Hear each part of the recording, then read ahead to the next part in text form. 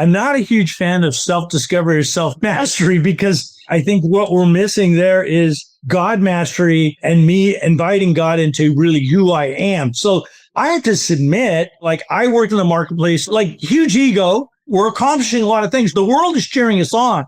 But the reality is I'm under whose authority? I'm under God's authority. So if I'm going to have self-mastery, I'm like, okay, God, what does that look like to be your child? What does that look like to be the chief belief builder? What is my job? And then how do I lean into that? That's the way I think about it. That's the way I, as a trust advisor, coach, whatever you want to call me, that's what I direct my people to say. That's the answer. If all the self-help books in the world were the answer, the world would be all great now. But the argument is just the opposite, right? Like a lot of people would say, I was just on a podcast, like this is the most difficult time for business and entrepreneurs and the economy and people in general in the world. And I'm like, okay, that's the greatest opportunity I've ever got. Look what God did. He set me up for this 60 years ago.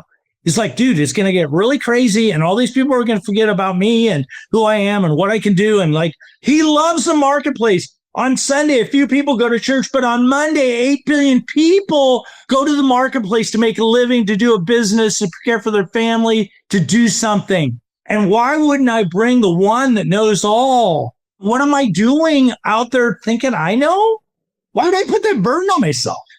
Right? And so I invite that into the marketplace. It's the greatest opportunity to make the greatest impact that you'll ever have.